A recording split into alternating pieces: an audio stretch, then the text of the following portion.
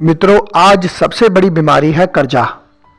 कर्जा लेकर पता नहीं कितने लोग जो हैं जहर खा लेते हैं, फांसी ले लेते हैं, ऐसे गलत गलत कदम उठा लेते हैं कि अपने साथ अपने बच्चों को भी जान ले लेते हैं। और ये भी बात सही है, कर्जदार व्यक्ति की संतानें भी उसको भुगती हैं। परंतु मैं आप लोगों से एक बात कहूं, कुछ मत करो, आप गलत फैसले मत लो, अध्यात्म में आ जाओ, साधना में आ जाओ।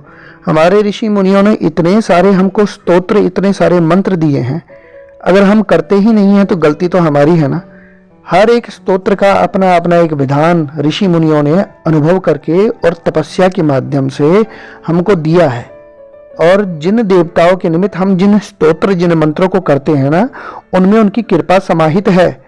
आप संकल्प लगाकर अगर आप करते हैं तो आपका काम जो है होगा ही होगा। अब जैसे मैं लंबी बात नहीं करूंगा, मैं आपके सामने एक ऐसा विधान रखने जा रहा हूं, आप उसको करिए। कैसा भी किसी के ऊपर अरबों का, करोड़ों का कैसा भी कर्जा क्यों ना हो, यकीन मानना, परंतु उपासना और साधना अब आपको करनी पड़ेगी। आप किसी ब्राह्मण से करवाते हैं वो अलग विषय है, लेकिन ब्राह्मण से ज़्यादा आप स्वयं खुद भी करिए। ब्राह्मण से आप करवा सकते हैं, लेकिन जो अति दुखी है, जिसके पास है ही नहीं कुछ भी देने को, तो उन लोगों के लिए कम से कम वो स्वयं से अपने आप इसको करना शुरू कर दे। बहुत बड़ा विधान भी नहीं है, लेकिन विधान बहुत बड़ा तब होता है जब आप उसमें बड़े रूप से, व्यापक रूप से अपना समय देना शुरू कर दे, चिंतन करना शुरू कर दे। तो ऋण मुक्ति गणेश स्तोत्रम, इसका मैं आपको विधान बताने जा रहा हूं। पूजन में बैठते कैसे हैं ये सबको पता है। 3 बार आचमनी लेनी चाहिए। केशवाय नमः, नारायणाय नमः, माधवाय नमः। फिर आसन पे शुद्धि करके, जल छींटा मार के, अपने पे छींटा मार के, भावना करके कि मेरा शुद्धिकरण हो रहा है। फिर गुरु का ध्यान करना चाहिए, और गुरु के बाद गणपति का ध्यान करने के बाद संकल्प ले लो। संकल्प में अपना नाम, अपना गोत्र बोलकर कि मैं ऋण मुक्ति के लिए भगवान गणपति के स्तोत्र का पाठ करने जा रहा हूं।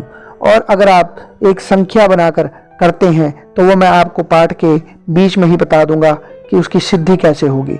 लेकिन नित्य नियम के आधार पर अगर आप इसके 31 पाठ, 51 पाठ करते हैं तो अति श्रेष्ठ। नहीं तो एक सिद्धि कर लीजिए आप इस स्तोत्र की। जब आप इसको सिद्ध कर लेंगे, फिर उसके बाद 31 पाठ, 51 पाठ करेंगे, तो ये पाठ इतना तीव्र हो जाएगा कि आपका जीवन जो है ऋण मुक्त हो जाएगा। सबसे पहले कोई भी विनियोग आप हाथ में जल लेकर या चम्मच में जल लेकर पात्र रखकर सामने, फिर उसमें गिरा देंगे। पहले विनियोग बोलें, अस्य श्री ऋण विमोचन महागणपति स्तोत्र मंत्रस्य शुक्राचार्य ऋषिः ऋण विमोचन महागणपतिर्देवता अनुष्टुप् छन्दः ऋण विमोचन महागणपति प्रीत्यर्थे जपे विनियोगः। ओम स्मरामि देवदेवेशं वक्रतुंडं महाबलं षडक्षरं कृपा सिंधुं नमामि ऋणमुक्तये। महागणपतिं वन्दे महासेतुं महाबलम् एकमेवाद्वितीयं तु नमामि ऋणमुक्तये। एकाक्षरं त्वदेकदन्तमेकं ब्रह्म सनातनं महाविघ्नहरं देवं नमामि ऋणमुक्तये।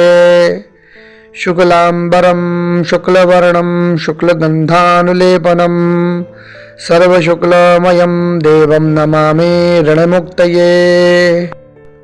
रक्तांबरं रक्तवर्णं रक्तगन्धानुलेपनं रक्तपुष्पैः पूज्यमानं नमामि ऋणमुक्तये।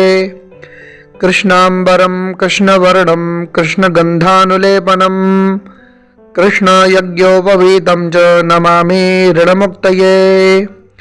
पीतांबरं पीतवर्णं पीतगन्धानुलेपनं पीतपुष्पैः पूज्यमानं नमामि ऋणमुक्तये। सर्वात्मकं सर्ववर्णं सर्वगन्धानुलेपनं सर्वपुष्पैः पूज्यमानं नमामि ऋणमुक्तये। इस प्रकार से बस पाठ इतना ही करना है। 6 महीने में अगर आप इसको 3 टाइम करते हैं, सुबह, दिन और शाम, तो आपको ऋण से मुक्ति मिलने के आसार मिलेंगे। और इसको सबसे पहले प्रयोग आप इसको सिद्ध कर दें, 10,000 बार इसका पाठ कर लें। और अगर आप इसका 10,000 बार पाठ कर लेते हैं तो आपके कैसे भी ऋण क्यों ना हो, आपके वो मुक्त हो जाएंगे। और इसका प्रमाण मैं आपको बताता हूं। एतद ऋण हरम स्तोत्रम त्रिसंध्यम यह पठेन नरः, 3 बार पढ़ना है। क्षण मासा भयंतरे तस्य ऋण छेदो न संचया, 6 मास के अंदर उसके अंदर ऋण का कोई भी भार नहीं रहेगा, कोई संचय नहीं है। सहस्त्र दशकम कृत्वा ऋण मुक्तो धनी भवेत, अगर सहस्त्र दशकम 10,000 बार कृत्वा ऋण मुक्तो धनी भवेत, धनी हो जाएगा, ऋण से मुक्त हो जाएगा। बस आप श्रद्धा बनाए रखिए, आपको श्रद्धा और विश्वास के साथ इस पाठ को करना है। गणपति महाराज हर प्रकार के विघ्नों को दूर करेंगे, यकीन मानिए, एक बार करके देखिए। हर हर महादेव।